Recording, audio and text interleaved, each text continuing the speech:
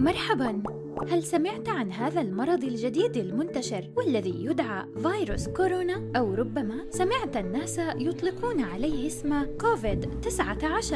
إنه فيروس تسبب بمرض الكثير من الناس في جميع أنحاء العالم، وهو ناجم عن جراثيم صغيرة لا نستطيع رؤيتها، ولكنها تقفز بسهولة من شخص لآخر وتجعل الناس يمرضون. معظم الأشخاص الذين يصابون بالمرض يمرضون قليلاً فقط، كأنهم مصابون بالبرد، لكن قد يحتاج بعض الأشخاص إلى رعاية إضافية ليشعروا بالتحسن، والأطباء والمستشفيات على استعداد لمساعدتهم. لحسن الحظ هناك الكثير من الأشياء التي يمكنك القيام بها لحماية نفسك من التقاط المرض.